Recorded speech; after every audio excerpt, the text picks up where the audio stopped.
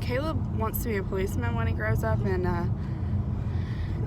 so Jess's mom bought him a real pair of handcuffs for Christmas. Because that's the best gift for a 5-year-old.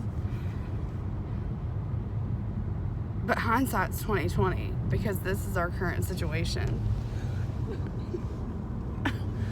With no key, because he left it at home. And we're trying to go to Bremen, Georgia, to meet their dad's family, so they can go have Christmas with him.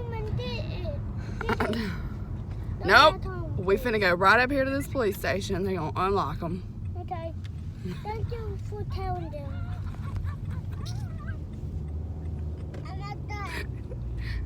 Can't make it up.